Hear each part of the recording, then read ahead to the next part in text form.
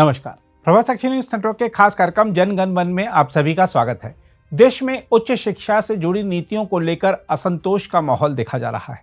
हम आपको बता दें कि विश्वविद्यालय अनुदान आयोग द्वारा प्रस्तावित यूजीसी नियम 2026 को लेकर छात्र, शिक्षक, सामाजिक कार्यकर्ता और राजनीतिक वर्ग अपनी अपनी राय सामने रख रहे हैं। इस पूरे घटनाक्रम के बीच केंद्र सरकार और शिक्षा मंत्रालय ने स्पष्ट किया है कि इन नियमों का उद्देश्य किसी भी वर्ग के साथ भेदभाव करना नहीं है, बल्कि शिक्षा व्यवस्था में पारदर्शिता और समानता को मजबूत करना है। केंद्रीय शिक्षा मंत्री धर्मेंद्र प्रधान ने इन नियमों को लेकर उठ रही शंकाओं पर प्रतिक्रिया देते हुए कहा कि सरकार निष्पक्ष क्रियान्वयन के लिए प्रतिबद्ध है। उन्होंने कहा है कि कानून का दुरुपयोग किसी भी स्तर पर नहीं होने दिया जाएगा और सभी के साथ समान व्यवहार सुनिश्चित किया जाएगा। उन्होंने शिक्षण संस्थानों से भी अपील की है कि वह नियमों को जिम्मेदारी और संतुलन के साथ लागू करें ताकि शिक्षा का वातावरण सकारात्मक बना रहे। हालांकि इस आश्वासन के बावजूद देश के कई हिस्सों में विरोध प्रदर्शन जारी हैं। छात्र समूहों ने विश्वविद्यालय परिसरों में मार्च निकाले हैं और नारेबाजी करते हुए इन नियमों पर पुनर्विचार या उन्हें वापस लेने की मांग की है। प्रदर्शनकारियों का कहना है कि नियमों में पर्याप्त स्पष्टता नहीं है और यदि सुरक्षा प्रावधान मजबूत नहीं किए गए तो इनके दुरुपयोग की आशंका बनी रहेगी। छात्रों ने पारदर्शिता, न्याय और सभी वर्गों की गरिमा की रक्षा को अपनी मुख्य मांग बताया है। उधर राजनीतिक हलकों में भी इस मुद्दे ने हलचल पैदा कर दी है। उत्तर प्रदेश में भारतीय जनता पार्टी के किसान मोर्चा से जुड़े श्याम सुंदर त्रिपाठी ने यूजीसी से जुड़े विवाद के चलते अपने पद से इस्तीफा दे दिया। उनके इस कदम को स्थानीय राजनीति में एक महत्वपूर्ण संकेत के रूप में देखा जा रहा है। इसी क्रम में बीजेपी के वरिष्ठ नेता और पूर्व केंद्रीय मंत्री डॉक्टर संजय सिंह ने भी सोशल मीडिया के माध्यम से अपनी चिंता जाहिर की है। उन्होंने कहा है कि न्याय का अर्थ तभी सार्थक है जब वह सभी के लिए समान हो। उनका मानना है कि संतुलित प्रतिनिधित्व के बिना बनाई गई समितियां केवल औपचारिक निर्णय देती हैं, वास्तविक न्याय नहीं। उन्होंने प्रधानमंत्री नरेंद्र मोदी से हस्तक्षेप की अपील करते हुए सभी नागरिकों की गरिमा और सुरक्षा की रक्षा का आग्रह किया है। सोशल मीडिया पर भी यह विषय तेजी से फैला है। एक्स, इंस्टाग्राम और रेडिट जैसे मंचों पर यूजीसी रोलबैक और शेम ऑन यूजीसी जैसे हैशटैग ट्रेंड करने लगे हैं। कई उपयोगकर्ताओं ने आशंका जताई है कि नियम सामान्य वर्ग के छात्रों के प्रति एक तरफा दृष्टिकोण बना सकते हैं। इसके साथ ही कुछ प्रभावशाली लोगों और छात्र संगठनों ने भी इन्हें कठोर और असंतुलित बताया है। इन प्रतिक्रियाओं के बीच शिक्षा मंत्रालय ने स्पष्ट किया है कि गलत सूचनाओं को दूर करने के लिए शीघ्र स्पष्टीकरण जारी किए जाएंगे। साहित्य और सांस्कृतिक जगत से भी प्रतिक्रियाएं आई हैं। कवि कुमार विश्वास ने दिवंगत कवि रमेश रंजन की एक पंक्ति साझा करते हुए अपने भाव व्यक्त किए हैं। उन्होंने यूजीसी रोलबैक हैशटैग के माध्यम से नियमों पर पुनर्विचार की मांग की। उनकी पोस्ट ने भावनात्मक स्तर पर कई लोगों को छुआ। हालांकि अनेक लोगों ने संयम और संवाद बनाए रखने की अपील भी की। देखा जाए तो कुल मिलाकर यूजीसी नियम 2026 को लेकर देश में एक जीवंत और बहुआयामी बहस चल रही है। जहां सरकार और आयोग इसे समानता की दिशा में एक कदम बता रहे हैं, वहीं कई छात्र और सामाजिक समूह इसके संभावित प्रभावों को लेकर चिंतित हैं। आने वाले दिनों में सरकार के स्पष्टीकरण और संवाद की प्रक्रिया इस विवाद की दिशा तय करेगी। यूजीसी नियम 2026 पर चल रही बहस यह दर्शाती है कि शिक्षा केवल नीतियों का विषय नहीं है, बल्कि भावनाओं, आशंकाओं और भविष्य की उम्मीदों से भी जुड़ी होती है। किसी भी सुधार का उद्देश्य समावेशन और न्याय होना चाहिए, लेकिन उसे लागू करने से पहले सभी पक्षों की आशंकाओं को समझना भी उतना ही जरूरी है। देखा जाए तो सरकार की यह जिम्मेदारी बनती है कि वह नियमों की भाषा और प्रक्रिया को इतना स्पष्ट बनाए कि किसी भी वर्ग को असुरक्षा का भाव न हो। वहीं विरोध कर रहे समूहों से भी अपेक्षा है कि वे संवाद के रास्ते खुले रखें और अपनी बात शांति तथा तथ्य के साथ रखें। सोशल मीडिया के दौर में अफवाहें तेजी से फैलती हैं, इसलिए आधिकारिक सूचना और भरोसेमंद संवाद की भूमिका और भी महत्वपूर्ण हो जाती है। इसमें कोई दो राय नहीं कि शिक्षा का वातावरण तभी स्वस्थ रह सकता है जब नीति निर्माण में विश्वास, पारदर्शिता और संवेदनशीलता हो।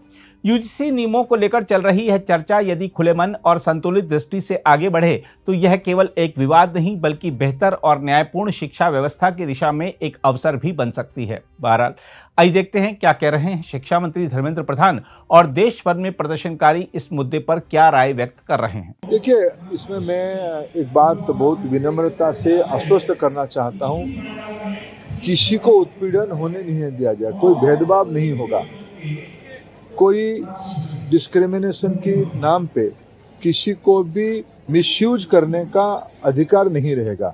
इसमें यूजीसी हो, भारत सरकार हो या राज्य सरकार हो, इसकी दायित्व रहेगी मैं आश्वस्त करता हूँ उसको जो व्यवस्था हुई है भारत की कुछ भी व्यवस्था हो संविधान की परिधि के अंदर होगा। और ये जो विषय आई है ये तो सुप्रीम कोर्ट की निगरानी में व्यवस्था है।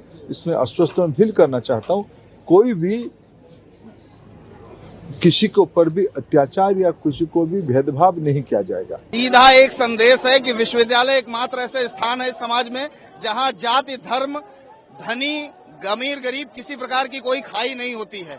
किसी एक्ट में एक गाइडलाइन को स्पष्ट रूप से लिखना कि किसी एक वर्ग का प्रतिनिधित्व नहीं होगा, यह एक खाई खोदने जैसा है। विश्वविद्यालय के छात्रावासों में या विश्वविद्यालयों में विगत 20 वर्ष 25 वर्ष 30 वर्ष 40 वर्ष में कभी कोई जातिगत दुर्भयोग की भावना सामने नहीं आई होगी। लखनऊ विश्वविद्यालय का इतिहास उठा लीजिए, कोई भी जातिगत आरोप का मुकदमा नहीं दर्ज हुआ होगा न पुलिस इतिहास में न विश्वविद्यालय इतिहास में। झूठे आरोपों से बचने के लिए किसी भी वर्ग के छात्र के बीच में खाई खोदने से यह बेहतर है कि इस समाज में अलग अलग वर्गों के लिए जब इतना ही द्वेष है तो हर जाति हर व्यवस्था के वर्ग के लिए अलग विश्वविद्यालय बनवा दीजिए। अगर विश्वविद्यालय में हर जाति धर्म के लोग पढ़ रहे हैं, कानूनी रूप से सुरक्षा देने के लिए जो पिछड़ों अति पिछड़ों दलितों के लिए व्यवस्था है उस व्यवस्था का सब सम्मान कर रहे हैं, तो अलग से इस एक्ट को लागू करना एक तानाशाही मंतव्य है और इसको वापस लिया जाना चाहिए। डिमांड जो यूजीसी ने नया नियम लागू किया है उसको बिल वो वापस होना चाहिए, क्योंकि उसमें सवर्ण का बहुत बड़ा हनन होगा। जो एससी का बच्चा अगर सवर्ण के खिलाफ कोई शिकायत कर दे तो उसका एक तो पहली बात उसका नाम भी गुप्त रखा जाएगा और उस कमेटी में कहीं कोई सवर्ण का आदमी भी नहीं है। और पहली बात, दूसरी बात, ये चीज़ें जो होनी चाहिए ये समाज में होनी चाहिए थी। स्कूल वगैरह में इस तरह से बच्चे जितने पढ़ते हैं सब एक ही कैंटीन में खाना खाते हैं, एक ही जगह रहते हैं, वहाँ इस तरह का जात का भेदभाव नहीं होना चाहिए था। ये कतई बिल नहीं बर्दाश्त की जाएगी। आने वाले समय में और ज़्यादा विरोध किया जाएगा। अगर नहीं मानेंगे तो संसद सदन का भी घेराव किया जाएगा। हम मोदी जी से ये मांग कर रहे हैं इस काले कानून को वापस लें, नहीं तो ऐसे ही महीनों सालों बैठे रहेंगे यहीं पे। ये सवर्णों के साथ जो वो भेदभाव कर रहे हैं इसको वापस करें। हिंदू हिंदू का वो नारा लगाते हैं जब वोट का समय आता है तो चुनाव का समय आता है तो, और ये हिंदू को बांट दिए। ये तो गृह युद्ध की तैयारी कर दिए मोदी जी। आखिर ऐसा क्यों किए उन्होंने? ये सवर्णों के साथ ऐसा भेदभाव क्यों है? इससे हमारे आने वाले जनरेशन पे बहुत फर्क पड़ेगा। हम ऐसे घर में हंसी मजाक में हम कुछ भी कह देते हैं, ऐसा हमारे बच्चे को ऐसे कर दिया मोदी जी की उसको पता भी नहीं चलेगा और सीधा जेल हो जाएगा। आखिर ऐसा भेदभाव क्यों कर रहे हैं? हमें खुद बीजेपी के सपोर्टर हैं, मैं कार्यकर्ता हूँ। देखिए मेरी डिमांड साफ है, इस जो काले कानून इस साइमन कमीशन को यूजीसी कमीशन है, साइमन कमीशन है, ये जो रालेट एक्ट लेकर के आया है इसको समाप्त किया जाए। ये जातीय डिस्क्रिमिनेशन फैलाना चाहता है, जातीय भेदभाव फैलाना चाहता है इस देश में, युवाओं को लड़ा करके आपस में इस देश में गृहयुद्ध खड़ा करना चाहता है। ये गृहयुद्ध कराना चाहता है। ये नेता तानाशाही कर रहे हैं। ये तानाशाही नहीं चलेगी जब तक हम जिंदा हैं, जब तक हम जीवित हैं। सवर्ण समाज के लोगों ने हमेशा देश को रास्ता दिखाने का काम किया है और आगे भी करते रहेंगे। हम तब तक लड़ेंगे जब तक इस देश में इन जैसे कानूनों को समाप्त नहीं किया जा सकता। हाँ, कानून वापस नहीं होता है तो अगली रणनीति हमारी संसद भवन घेरने की है। स्टूडेंट हमारे साथ पूरे सामान्य वर्ग का युवा है, अभी आ रहे हैं, सब पहुंच रहे हैं। मैंने शुरुआत की है 10:30 बजे मैंने समय दिया था, शुरुआत करती है। मैं बैठ रहा हूँ और साथ ही साथ सब आते जाएंगे। नाम क्या है आपका? पुलिस के प्रबंध से कुछ नहीं होता है। पुलिस के प्रबंध से कुछ नहीं होता है। मैं बताऊं, जब स्टूडेंट जिस ओर जवानी चलती है उस ओर जमाना चलता है। यहाँ प्रशासन कुछ नहीं कर पाएगा। भैया हमारी मांग है जो एक यूजीसी नाम का एक जो कानून अभी पारित किया गया है, ये काला कानून जो सवर्ण समाज के खिलाफ है, सवर्णों का हनन करने का ये काला कानून है। और जिस तरीके से आज के समय में सवर्ण समाज पर इतना अत्याचार हो रहा है, SC/ST एक्ट को तो हम देख ही रहे थे, जातिगत आरक्षण को तो हम झेल ही रहे थे, उसके बाद अब ये यूजीसी भी ला करके खड़ा कर दिया है।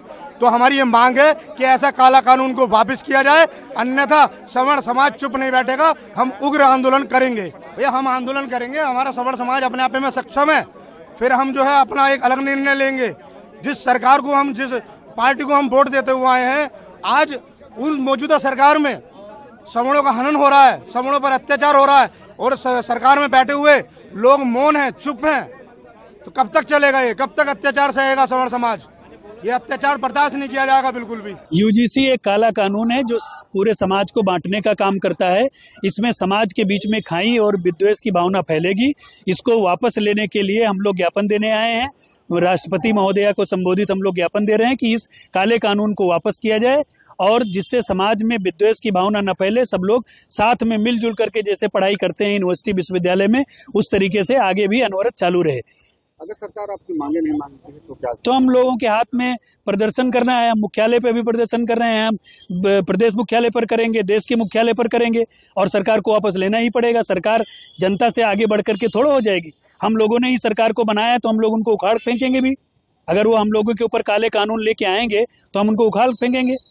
समाज को विद्वेष फैलाने वाला कोई कानून हम लोग एक्सेप्ट नहीं करेंगे। मांगे हमारी यही है, जो भाजपा पार्टी है उसको हमारे ही पूर्वजों ने इसको फलीभूत किया, आगे बढ़ाया, सब कुछ किया। आज हमारे ही समाज के लोग, सवर्ण समाज के लोगों को प्रताड़ित किया जा रहा है। तरह तरह के कानून बनाए जा रहे हैं। जैसे अभी यूजीसी आया है, यूजीसी में हमारे बच्चे जो है वो पढ़ने के लिए जाएंगे, वहां उनके ऊपर मुकदमा लिखा जाएगा, 3 साल की सजा होगी, ना कोई जांच है ना कोई बात है। तो अब हम लोग क्या करें, कहाँ चले जाएं? ये हम लोग इसीलिए यहाँ ज्ञापन देने के लिए आए हैं श्रीमान जिलाधिकारी महोदय के यहाँ।